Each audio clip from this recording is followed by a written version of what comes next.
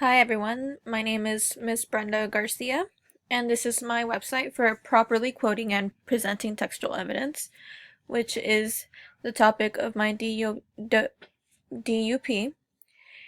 And if we just scroll down on the page, by the way, the website is quotingevidence.weebly.com. So you're just going to scroll down.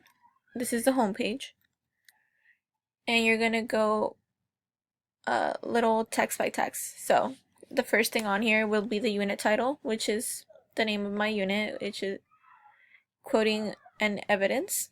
The unit summary is provided there. Subject area, ELA, grade level 9, California Content Standard, it'll tell you what it is. The big ideas of what my unit is supposed to represent. By the end of this unit, the gist is that I want the students to be able to answer these two questions, which are here. Why is textual evidence important? And how do you properly provide a quote within an essay? And then you can find my teacher website on this little button here. You just click it and it'll send you to another little tab which will have the website on there. Then if we go to the top of the page, we can see that there's lessons up here, unit resources, assessment, and DUP at the top. So if we click on lesson 1, it'll send us to that lesson. Just scroll down. Lesson 1. It'll tell you what objective we are going to deal with in this lesson, which is write arguments to support claims and analysis of substantive topics or texts using valid reasoning and relevant and sufficient evidence. The assessment, which is going to be at the end of this lesson, is going to be testing to see if the students understand what they have done in the activity that was provided in this lesson. So you're going to have students know what constitutes a good argument evidence by testing them on knowing the difference between opinion and facts. Provide the students with a test that has both opinions and facts on topics that they discussed in the activity, and have them rationalize which statements are facts. So they're going to have to know what statement is true that you can prove through whatever books, websites, which is the same thing that they have to do within the activity. And the activity is actually on here. There's going to be a document that you can open up and you can do the activity on there. So it's going to be it's called debate practice, and it's going to be based on To Kill a Mockingbird, which the students have been reading in class.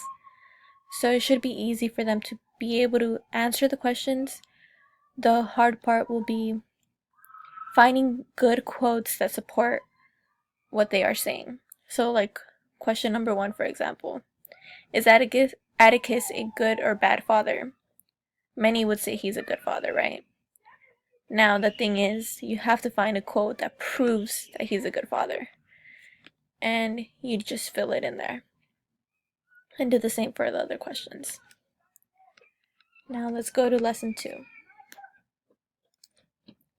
which is at the top of the page.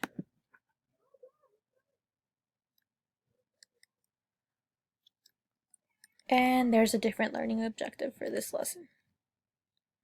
Develop the topic with well-chosen, relevant, and sufficient facts, extended definitions, concrete details, quotations, or other information, and examples appropriate to the audience's knowledge of the topic. So in this lesson, the students' activity will be to split up into groups of 3. Give each group an assigned theme, title, or idea, and have them come up with evidence on why your idea is right or wrong.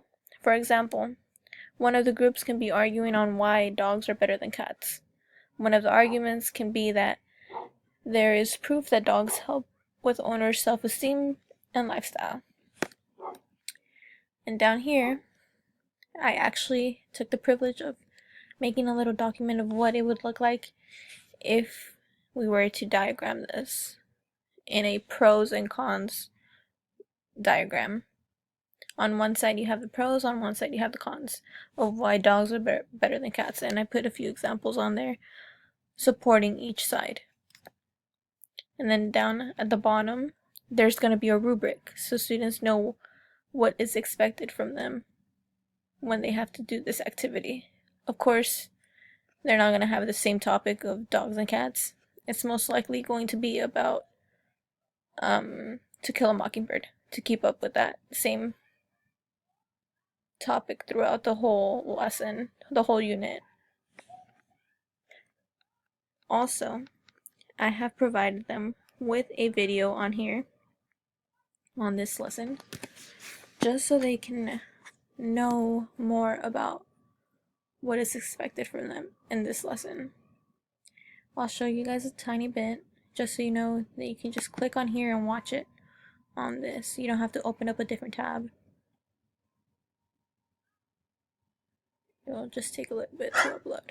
We speak student! Both sides of the story, a la Schmo. Okay, so you're an expert on your topic, but hold on, Bucko. We always need to hear both sides of the story. Have you considered other points of view? No! The thing is, there are usually more than two sides of the story. Cupcakes! And you'll earn the respect and trust of your readers by acknowledging it. Unicorn! Point out who might see the issue differently, and why.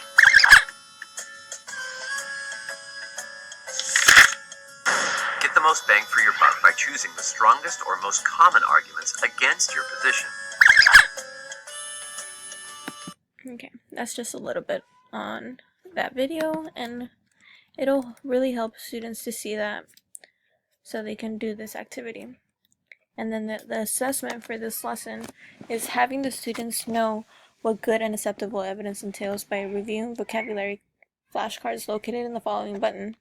So they'll just click on this button that says vocabulary flashcards, and it'll send them to another link, which will actually have the vocabulary words for this unit with definitions.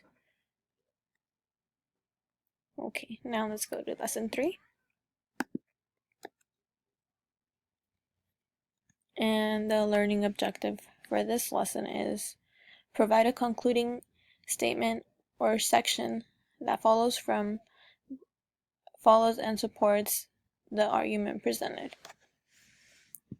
So in this activity, it's going to be right after the last lesson, and this is going to be probably the most important one, because after they have been assigned the groups in lesson 2, they're going to have to now work individually with their own topic that will be given to them in class, and they will have to do an essay for it. Every student's going to have a different topic, but they're going to have the same rubric, which will be here under assessment.